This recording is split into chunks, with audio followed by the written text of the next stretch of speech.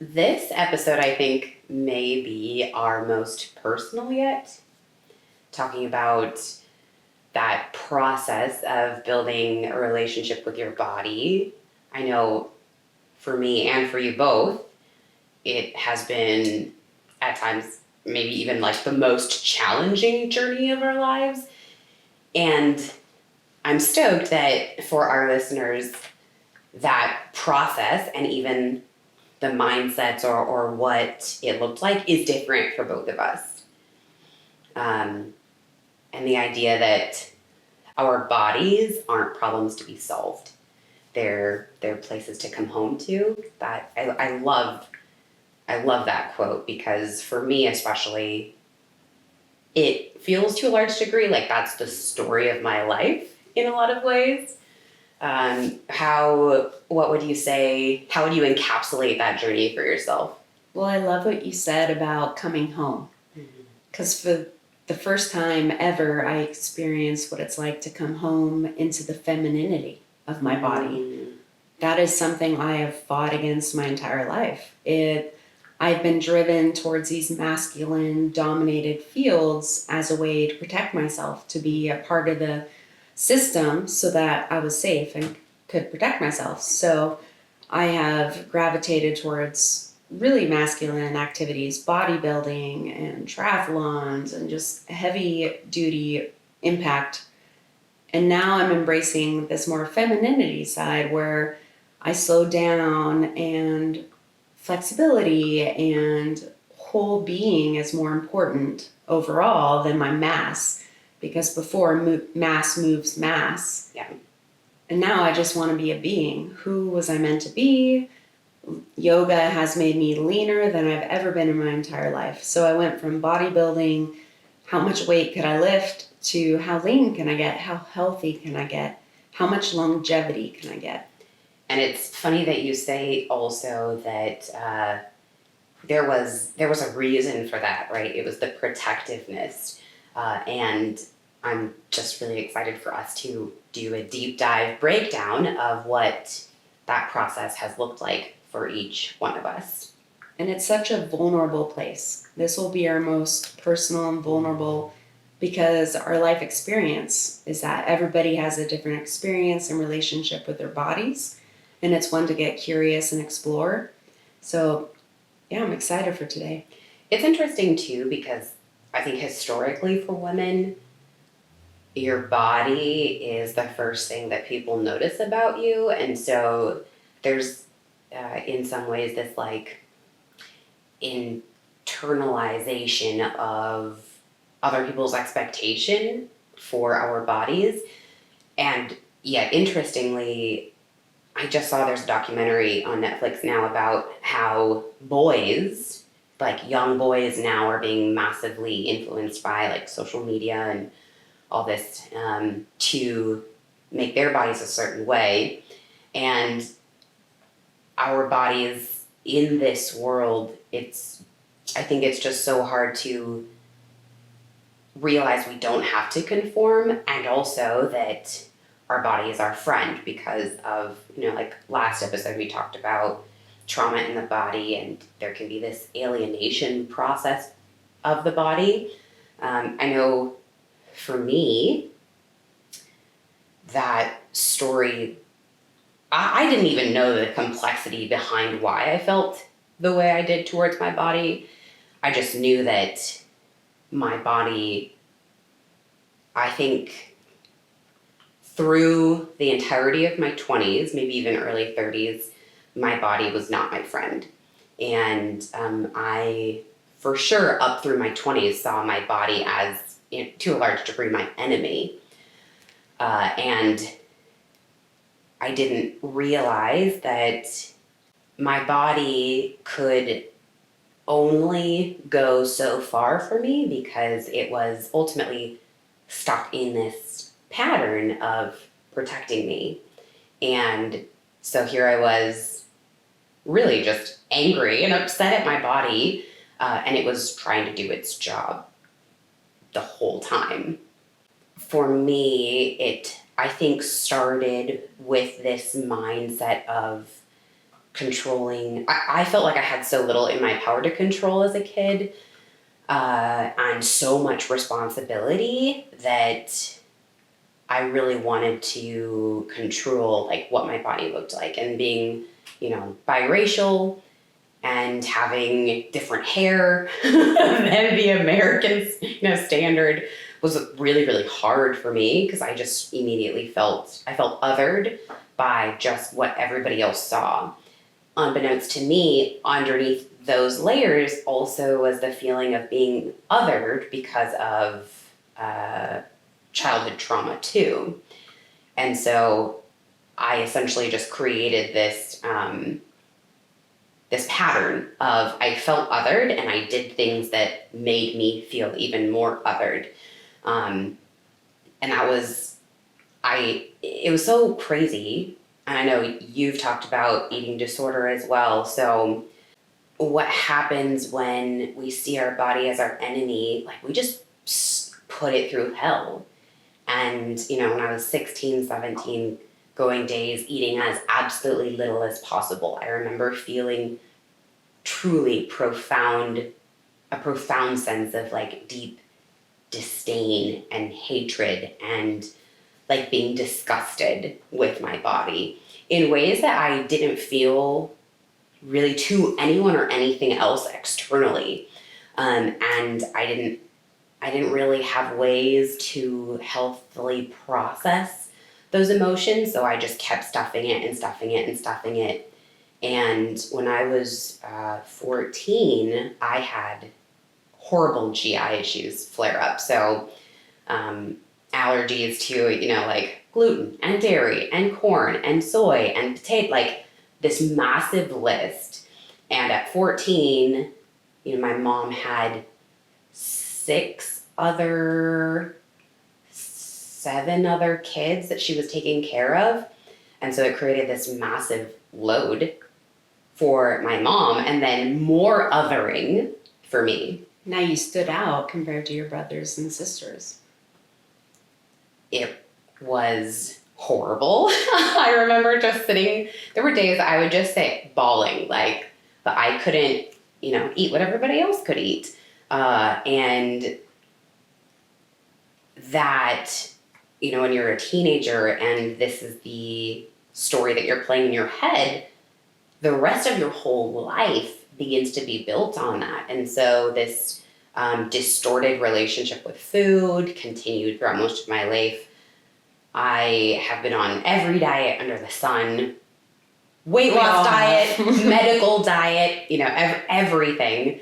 I've literally spent thousands upon thousands upon thousands and thousands of dollars on my body. And it wasn't until in my mid-30s, so maybe 2.5 years ago, that completely switched. And what was it that brought that shift upon and that switch? Once I became aware of the emotions that I was feeling towards my body and going through what I went through with Lyme disease, I started realizing that I needed to rebuild this relationship with my body. So I think I laid a lot of groundwork, but I didn't have this sense of connection with my body. It was more the I need to be compassionate towards my body. I should, not feel these feelings. Well, you see them on the cover of every magazine, every book, everybody's talking about it. You should. But how do you actually get there? One of the biggest reasons for going into the fire service, I had just been cleared of Lyme disease and I was looking at what other jobs could I do?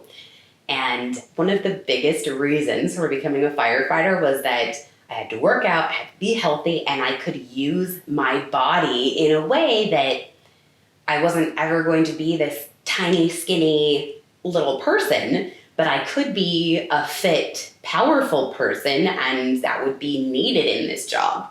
So even that was largely motivated. It's like forced accountability. Yes. So in my head, I was like, oh, this works great. But what really flipped that for me was the first time I did psychedelic therapy. And, in Oregon, it's now legal. It was insane. I had this, I will never forget the feeling when the medicine essentially just like completely reconnected me to my body. And I had my eyes closed, and suddenly I felt my heart beating. And suddenly I felt like the blood moving from my limbs and inside through my organs. And I felt my muscles like contracting and relaxing. And I became aware of in just existing of my breath. And it was like I met my body for the first time ever. Coming home, right? It really was. And I was just like, and it wasn't this overwhelmed, overtaking. It was just this soft, beautiful, like, welcome. And from that point forward, really a lot switched for me in seeing my body as not just my friend and not just as, my longest companion, but as home. And like, it was such a profound experience that now I am able to be cognizant and aware of the cues that my body is sending me. And, the excitement of like, even when we're podcasting, sometimes you get a little nervous because you're like, oh my gosh, like I want to communicate well. And those cues and the things that we're feeling throughout our day, that's just our body talking to us. And for so long, I had no idea, no awareness that those, that communication was okay. And so it was just the most beautiful journey. And I feel sad at times that it took so long. I can relate to that 100%. Yes. But it wasn't until I was 30, 36, 37 before, I really came home to myself. But it has been such a incredible place to be now because it informs the way that we live, Well, for the rest of the future. I mean, the next half of your life. Yeah. So that was the process for me. And I think from that point forward, the negative emotions that I felt towards my body, sometimes they may like come up here and there, but like hatred has never been on the radar again. Disgust has never been on the radar again. It's more that like, ugh, like really? Yeah. You really want me to take a nap that bad? Or like, we're really sore. Come on, like, why aren't we recovering faster? Or, like, okay, just 3 more pounds. That's all we're asking. But it's not been what it was in the past. And I think that, like, who I am in this world and my judgments of myself and of others has just dramatically shifted as a result of that. Yeah, I could see that for sure. And it's amazing just watching you tell me your story. You just brighten and lighten up so much when you talk about coming home to your body. Mm-hmm. And you can just tell when you're embodied, you can feel complete. And it's like looking at you, you become this whole person. It's amazing. And I've done my own medicine journey and I had the opposite experience, right? My medicine journey told me how low I actually was. I was so disconnected on a different front from you. I didn't even realize I was disconnected. So it just showed me how far I had gone and strayed from who I was supposed to be. And that reflection led me ultimately to get help and recover from PTSD. But that experience showed me how far the journey was to come back. And I recognized for the first time that I actually wanted to come home. And it was through hearing stories like yours, which I've heard, before, and other friends of mine who have done these medicine journeys, and they came home and seeing that embodiment and that reflection in their living, I want that. I see that. I want that. And so having followed you in your journey and trying to find my way back to my own body, for me, it was meditation. That was the biggest thing that helped me actually still stay present, but be able to reflect and go back into different thoughts that come up, whatever memory that I need to deal with and work through with my therapist, whatever comes up, I'm able to meet it with a place of non-judgment because I know it's just a thought and it's not a part of my actual embodiment. Yeah. So it's such a freeing process.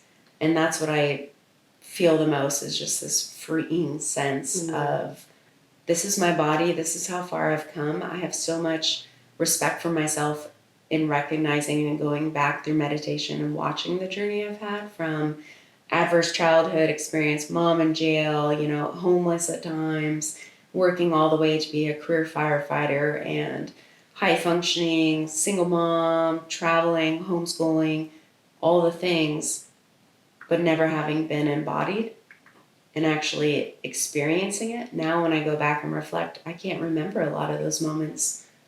And the reason is because I was so far in my head, I was never actually experiencing it. I was just taking snapshots of the experiences along the way. Yeah. I find it so funny that you say meditation is largely what brought you back and home, because I have friends who tell me, oh, I'm too much of my brain goes too many places. I think too much. We were just at dinner last night, not dinner. We got together with friends last night, and one of my friends said this, and I just laughed because, in my head, I just laughed because I was the same way. We think that our thoughts are overwhelming all the time, but once you just start, piece by piece, little by little, it changes everything. Your journey, meditation got you back in your body, and then, as you alluded to before, being more in your body allowed you to start becoming more comfortable with that feminine. Yeah, femininity has been a struggle my entire life. I was raised by my dad. I was his firstborn son, as I like to joke. In the best intent, 100%, my dad wanted to be there for me, and the only thing he knew was what he knew, and that was construction and the field and get into a union position and make security for yourself. So I was already kind of pushed towards this male-dominated field from the beginning, and I didn't see another path. So that was the one I took. And in that, what comes with it? The accountability. You need to be strong. You need to be able to understand mechanics and how things work and be able to fix things. And so that's what I learned, and that is a skill. Everything is a skill set, and wherever you focus your skill set, you can sharpen. So that's what I did. I took a masculine dominated direction, and I pursued it. And in my professional field, it allowed me to be very successful. I showed up for my job. I was physically fit. I was mentally fit and capable of doing all the same things and tasks. But then in my personal life as a woman, I was so uncomfortable just in fitted jeans, in having to wear a dress to, a dinner or a get together. I was so uncomfortable because it was foreign to me. Mm-hmm. I spent so much time with my head in the books and my head in the field and practicing these skills that I needed for my job, because I was so insecure about showing up and being that girl on the job site. And I didn't want that for myself. So I wanted to be the best. And you mentioned before, a lot of that also was protective layering and this protection piece of it. When did you start realizing that? Not until recently. Mm-hmm. Now that I've embraced my femininity and I'm so aware of my feelings and what my body needs, I recognize that as a woman in society, just going out every day is sometimes unsafe. I mean, I had a car break down and it's 8:00 at night in the streets of Portland, and I was scared. I felt very vulnerable and exposed, and that was an experience for me that made me realize and connect the dots to how I felt my entire life. Mm-hmm. I've had that underlying sense of I was not safe since I was a child, because my experiences validated that. You know, there was a lot of abuse in my home, physical, emotional, sexual, all the heavy adverse experiences. Like, I went through them. So that taught me that the world was unsafe. As a woman, I was unprotected. I didn't have my parents there to protect me like they should have. And that is something that created these concrete beliefs in my system that followed me all the way until my 30s, when I finally had my breakdown, which led to my breakthrough, where now I feel more secure in the sense that, yes, I am a woman and I have these other skills and almost 40 years of experience that have hardened me and allowed me to show up. Like, embracing both those sides is really what allows me to feel safe in my own body and just be who I am. I can't control what happens, and I can't live in this constant world of fear of all the what ifs. And that's where my life had come to. That concept of feeling safe, it is so interesting when you have those moments, because I think our biology is wired to look for safety, right? And so that we have these moments where we can suddenly connect the dots between, oh, this sensation in my body and this emotion that's coming up, like those are, they are this feeling of not feeling safe. And so many of us carry that lack of feeling safe in our bodies subconsciously, that it informs everything else that we do, how we show up in this world, and our nervous systems are stuck in those old stories, which don't even have anything to do with being on shift, right? So it's this like quadruple whammy of not safe, not safe, not safe, not safe. And working through that, I think building the trust with our bodies and beginning to build relationships with our body is really how we begin to shift those gears, because it isn't just about work self, it's also about it's probably even more so. It should be, because we don't live to work, we work to live. About how we have been taught to show up in the world based on these old experiences. And as we begin to like peel back the layers of that, we start seeing, oh, okay. Oh, that's why I reacted in that way. Oh, that's why I said that thing. So I think this would be a really great transition point to start discussing, like, why do we need to do this in the first place?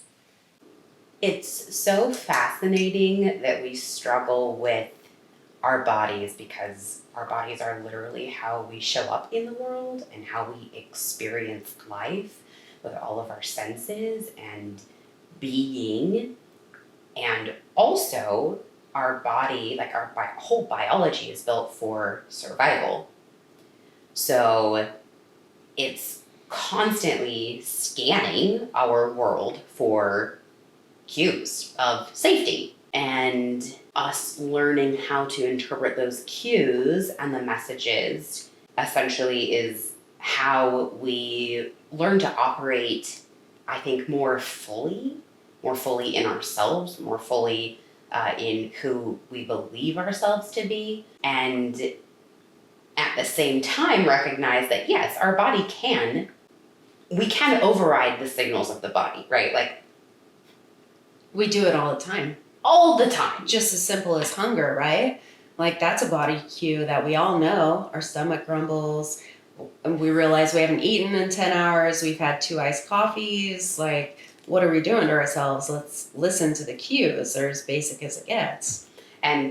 Or even like pulling someone out of a fire, or the work you're doing on a fire. Yes, your muscles are screaming. Yes, you're breathing, heavily. Yes, all of those cues are not necessarily that your body doesn't feel safe, but that it's working. And so we don't listen to everyday life cues, but the more we learn to interpret and even hear those cues in the first place, the more we can choose how we show up for our bodies and like rebuild this trust. But if we don't do that, problems begin to arise, right? Absolutely. Well, perfect example, right? So you touch a hot stove. Before it registered the fact that it's hot, your hand is already off the stove. That is your body's ability to keep itself safe.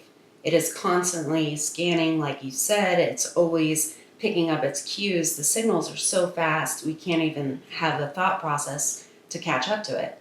But the power is in the awareness. So now, the next time you come up to that stove, you go to touch it, and your body cues from your past experiences, and it takes in the surroundings and it recognizes that this is a warning, this is a threat, this is hot, don't touch it. So you have the awareness that just comes to you. It's like intuition.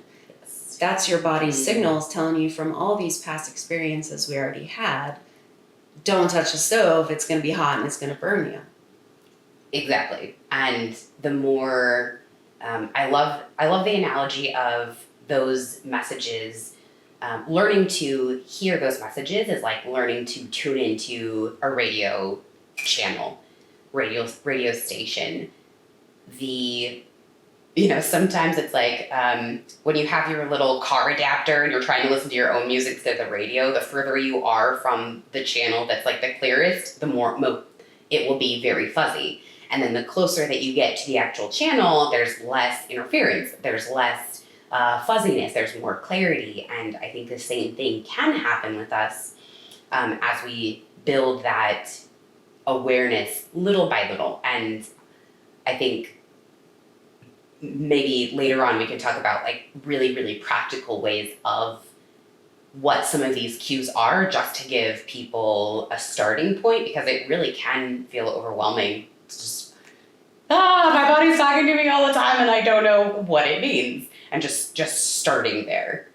Absolutely. And just taking a moment to scan it and see what it actually is picking up. Like, what is happening in our bodies? How often do we actually stop and pay attention? Mm-hmm. I love how you described it's like coming away from your radio. So imagine being in a commercial building and you have one crew on the Alpha side and a crew way back in the Charlie side. Well, you may have hundreds of feet between you and a Costco warehouse. Your radios, if you're going radio to radio, the further apart you are, the less you're going to hear each other. It's so funny, just like sometimes it feels so inconvenient to actually listen to those cues. Oh, I couldn't agree more. It's inconvenient. And now that I try to stuff it down, I recognize it comes louder each time, and it's going to tell me regardless if I listen or not. So it's whether I listen on the first volume or I listen on the 100th volume, it's going to keep talking to me.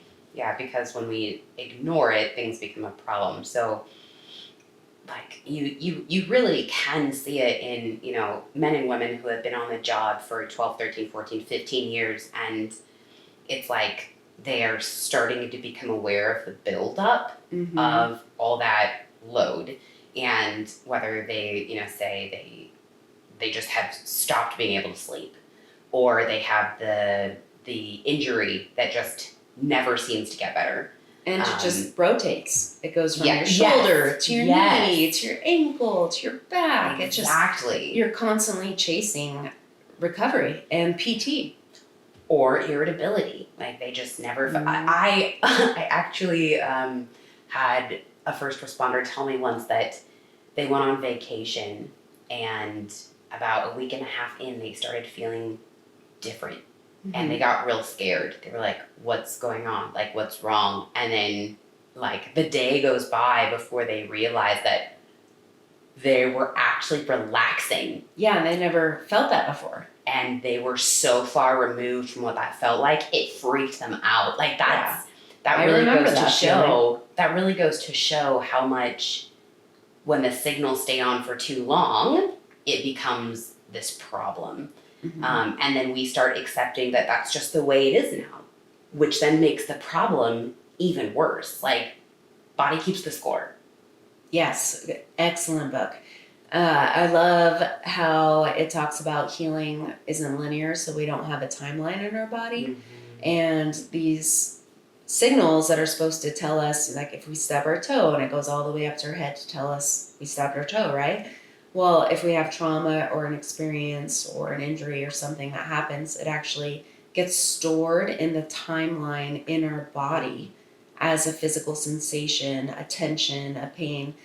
And just like you would a highway, if you travel it long enough, it's going to be well driven in, right? But now you have a mudslide that washes out the road and you can't drive it for long enough. Well, eventually it's going to wear down and overgrow and it's not going to be a road. It's the same with our body signals. We're preventing the signal to go all the way to our head to be able to remedy whatever's going on. We have so much tension and physical pain everywhere that it starts to dull our senses. Yes. So on a first responder scale, we say on a scale from 1 to 10, what is your pain level? A 1 is, you poked your finger and it hurt a little bit. And a 10 is a shark is ripping off your leg and you're bleeding to death. That's our scale. And people tell us they have an 8 or 9 headache and they've had it for 5 weeks. And the relative scale in our mind is so skewed because to us, that's a 1 or 2 pain that we just have at a constant. Now we're talking a lot of firefighters and first responders have a freaking heart attack. Yeah. And they say the pain is about a 3 or a 4. And they're doubled over throwing up in pain because, they're imagining a shark biting off your leg and you're being mutilated as a 10. So where's the comparison in the scale? And I feel like we're not even remotely taught that in EMS, in first response, that first of all, your body cues are there as simply signals, and then secondly, that they're just real-time data. Like that's, in fact, I think that sometimes people even view that as weakness, and that, oh, okay, yeah, you're really struggling again, versus the idea that it's not good or bad. It's just the body needs more support, and we've talked about like building needs more toolbox. maintenance. Yes, more tools in the toolbox to build that maintenance. But even the idea that we don't have to fix things right away, like we can say, all right, this has been a 5-week problem. It's time to address it. Like beginning to address something at some point is better than not at all. Yes. And just starting there is crucial. And the more we listen, it's that awareness and the listening and then the doing something about it, I think the more we prove to our bodies, like, hey, you can trust me. And for so long, most of us have gone through life with this idea of body hardening, like the body is something to be overcome, mind over matter. And really great performance, like these amazing athletes, Simone Biles, for example. Yeah. Like literally stepping away from the Olympics because her mind and her body were not in sync. Like that's actually what it takes to like be a goat. Yeah, absolutely. And we think we can go through life doing the demanding things that we do, mind over matter constantly, and that's just not the case. These signals so often are like the flashing check engine lights. Like absolutely, I was gonna say that. That sounds like my entire week. Like some of your car stories. I've put off all the car maintenance for a year and a half just as I'm going through this transition. And my check engine light has been on and I have ignored it because I just assumed it was like a low tire maybe. But my car has been telling me the whole time it needs some love. And I remember a year ago it started to shudder and I just kind of ignored it because it only happened maybe once a month. Well, now today, this week alone, I've spent $1,000 into my car because my window wouldn't roll up. It got stuck open. We're coming into the rainy season in the Northwest. Does not work here. Not going to work. So I had to get that fixed. My struts are off, which was the problem. A year ago, I noticed, and I've been driving, I have put 30,000 miles in a year on my vehicle on poor struts that needed replaced a year ago. So now I'm looking at having to buy a new car. And that is all because I missed the warning lights and the cues. And just because we can ignore them, and my car took me this whole year and a half, doesn't mean we should, because future you is going to suffer. So you either pay a little as you go, or you pay for it in the end. And that develops like body literacy, right? Like, Absolutely. if you look at your body as like this amazing specimen that's capable of performance, you can, oh, this signal means my body needs more of this so it can perform better. Mhm. Like, it becomes this concept of tactical readiness versus like an inconvenience that, oh, I gotta give it more of this, oh, I gotta do more of that. Like, no, we actually, when we are aligned, mind and body, is when we can truly show up and like be our best and give our best and do our best and feel our best. That's the most important part, is feeling our best, right? And we even forget about that part. We really do. It's Even about that. showing up the best. Yeah, and that becomes so low on the priority scale, but those feelings are part of the cues too. So if we don't pay any mind, we're never going to be able to show up our best. Like, it all goes hand in hand. It does. I absolutely agree. So we talked about what it looks like when you don't upkeep the maintenance on a vehicle, for instance. So now here I am a year and a half later. I ignored all the signals, kept pushing through just like I did on every fire scene, most shifts, my entire life. So what does that actually break down to as far as the human condition? Like, how does that show up in our physical bodies when we ignore these signals? I loved David Goggins' book, Can't Hurt Me. Mm. You know, you have this seal who just, freak of nature. And it was so funny because I was reading his book, Can't Hurt Me, and the longer I read his book, the more I got into it. And with each passing chapter, I was like, oh no, this, like, there are some people who are gonna hurt themselves, like taking Extremes. this the mindset. extremes. And he is very extreme, right? Mm-hmm. If it hurt, he goes further. Exactly. But towards the end of the book, there came this point where suddenly his body started breaking down, and like, he went to specialists and doctors and nobody could figure out what was wrong with him. And the consensus was that essentially he was dying. And he was dying because for so long he'd pushed through, for so long he went with this mindset of body hardening, right? Mind over matter, ignoring all the cues, pushing through the cues, and his body just like was finally giving out.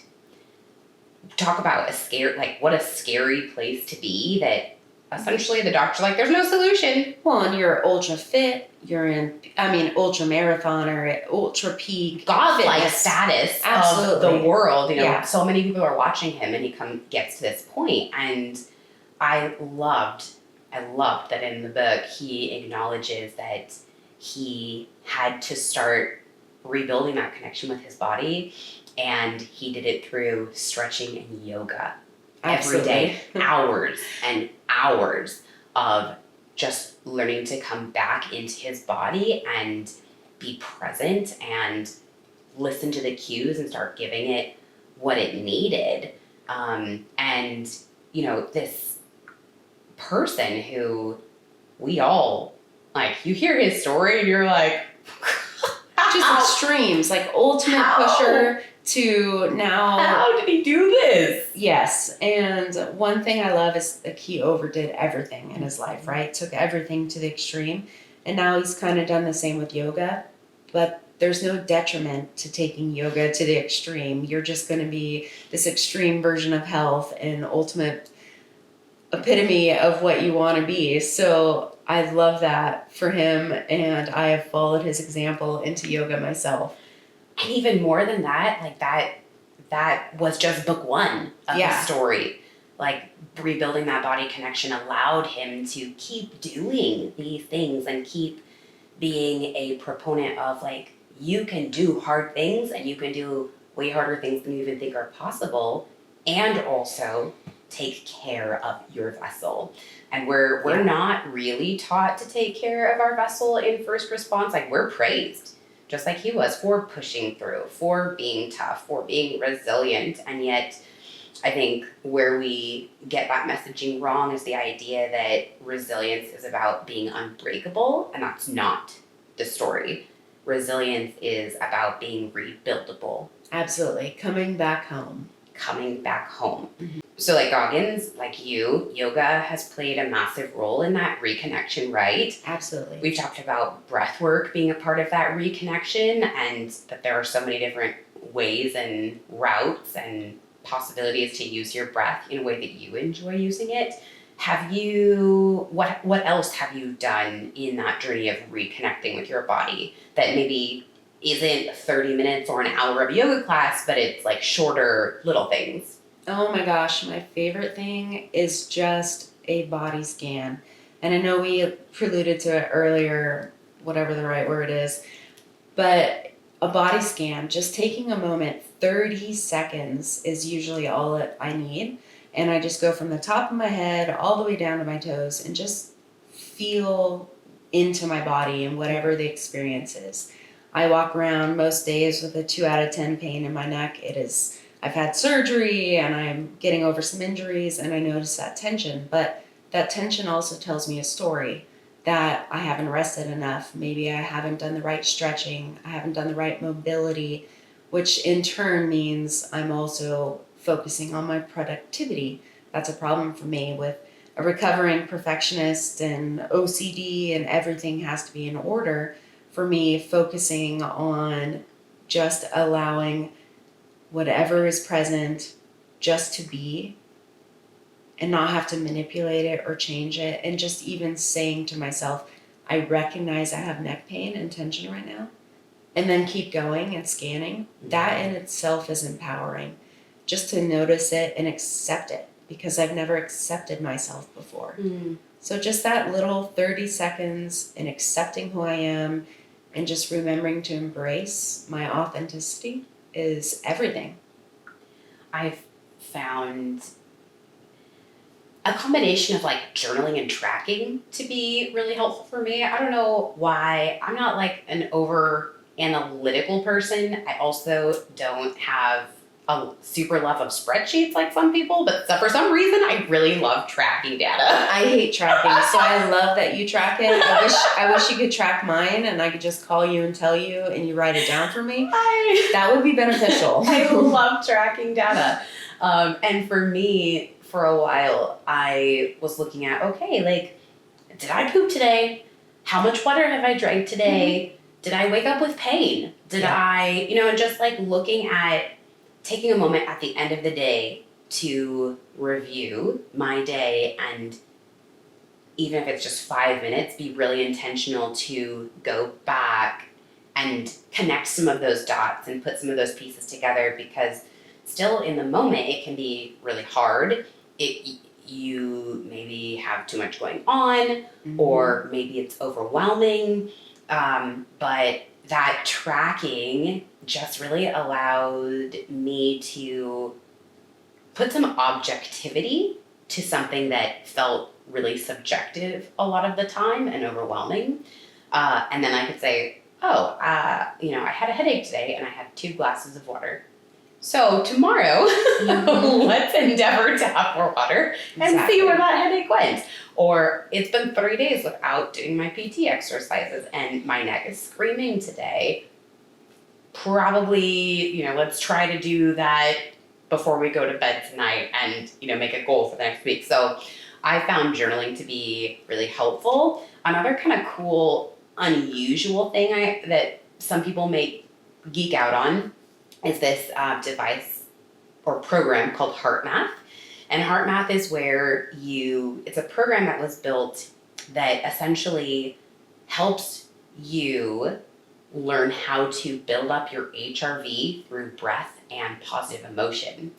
So you breathe to a certain tempo, and then also you think about, like, you have a gratitude practice, for example. And the goal is to align, there are games that can come with it too, but the goal is to align your breath with gratitude. And it's so interesting. At my retreats, I will do this with the gals, and it's so interesting when they get distracted immediately, like the HRV drops. Mm-hmm. But when you can bring the breath in with that positive emotion, the body responds. So that's another awesome point, that how we feel and how we're showing up influences our biology also. And so when we can, again, pair the mind and the body together, the emotions even, our health and our well-being really dramatically improves. So body scans, breath awareness, journaling, heart math, tracking sleep, HRV, massive cues for rebuilding that relationship with your body.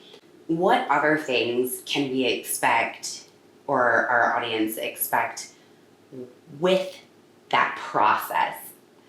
And specifically, I know you've mentioned the 8 C's of self. So what do those look like, that as you begin listening and interpreting and collecting all this data and doing something with it, how do we see a difference, or what can we look forward to seeing a difference? Yeah. Our body at the optimal performing level has the 8 C's, like you mentioned. So to list them, they are calm, clarity, curiosity, compassion, confidence, courage, creativity, and my favorite, connectedness. So these are all the feelings that you can possibly have or embody when you are actually in yourself, or you're performing at your optimal level how you were supposed to. So these are the feelings that come across to you when you're having a conversation with a friend and you're sitting down over a coffee and you ask them, how are you doing? It's the difference between showing up with all this stress on your mind and your own life struggles and things going on in the background, and you're showing up and you're just saying the words, going through the motion, how are you doing, versus showing up present in the moment, feeling yourself physically in the chair, your feet on the ground, feeling yourself connect and look at the other person and actually be curious what is going on in their life. And then to continue with that connectedness you get from then getting the answer and being able to go back and forth in that dialogue. It's something that until you feel one of those 8 C's, once you have one, you kind of want all of them. So you start to gravitate towards, okay, for me at least, it's an addiction almost, where, okay, today I feel courageous and I have so much clarity on the direction of my future, and I have so much compassion towards myself or maybe somebody else who's struggling. And it's that place of, ooh, how much more can I get? So now maybe be intentional about sitting down and journaling. How much creativity can I bring now? And really, the full embodied optimal performance is to have 8 C's on board. All of those things simultaneously running at once is going to be all your gears turning, and that is how you want to show up, which means you're present. It's interesting, first of all, that there are 8. I know, it's such a weird number, and they're all C's. They just happen to be C's. But I love that they're all C's, because I can totally see myself in my mind, like, okay, I was curious today, yes. Okay, like calm for sure. What are the others? I was like running through. Oh yeah, creativity was one. But it's interesting because I feel like calm, connected, and curious, those are, of any of them, those are the ones that probably were more apt to see and look for. But the others, which remind me, creativity, courage, and confidence, which are 2 that I would never have thought of, but those come in line with having the other ones, right? Yeah. You're going to be more confident when you have clarity in the direction you're going. So they all kind of systematically work together. I can totally see that. And curiosity is the bridge that bridges them all together. Really? Just to get curious about, how can I get clearer on my vision and what I'm supposed to do? So now you have this sense of clarity, which ultimately brings apart your confidence. And with confidence, you have to have compassion for the part of you that is not up to where you need to be. And looking, like, if I were to have a vision for myself of my life, those 8 C's, like, that actually sounds pretty great. Yeah. Like being confident to show up as who I am, feeling connected with people around me. Creativity is definitely, I feel like, one of my life values, but I do notice the more stressed and over involved I am with life, the less creative I am. Mm-hmm.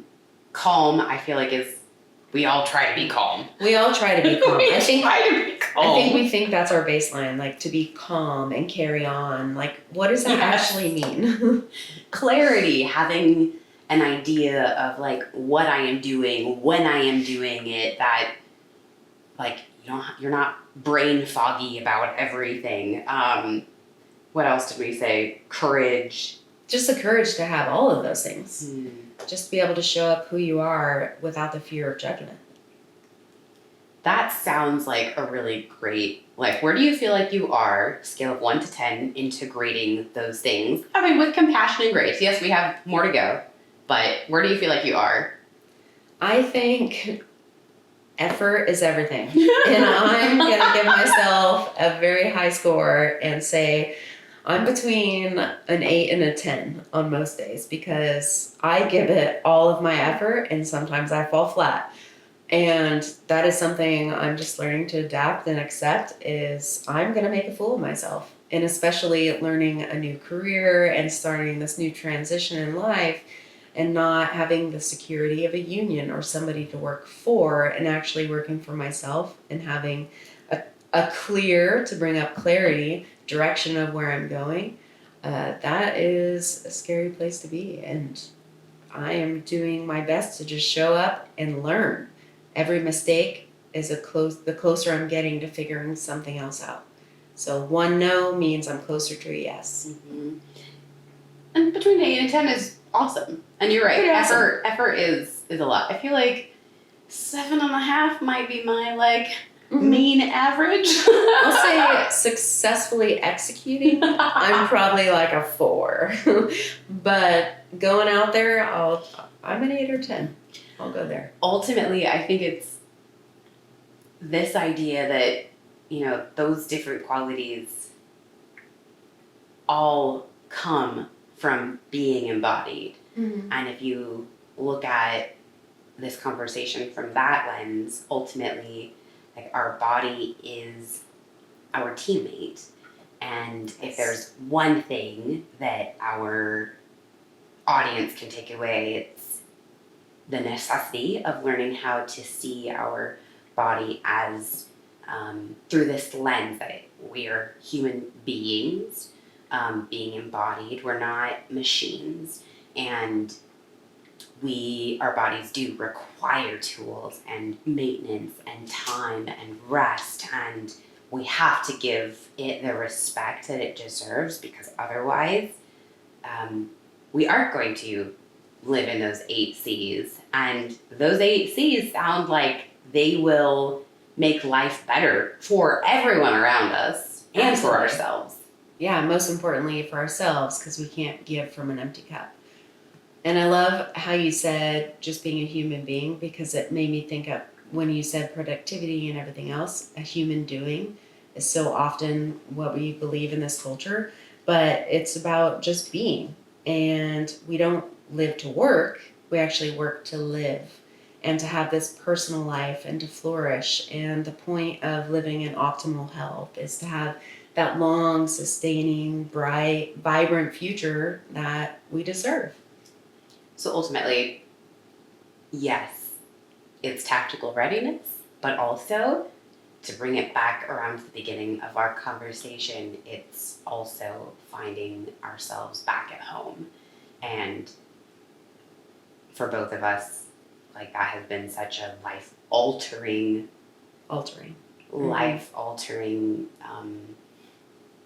point in our existence. And I know for myself, knowing how it feels now, I would be willing to go through a lot more things to get to that point, Mm-hmm. because it means so much now, and it's made such a big difference for myself. Absolutely.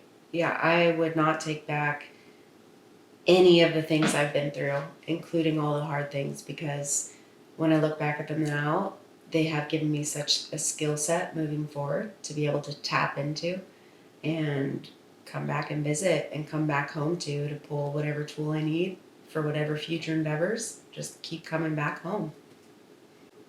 It takes time and it's really hard, but it's so worth it.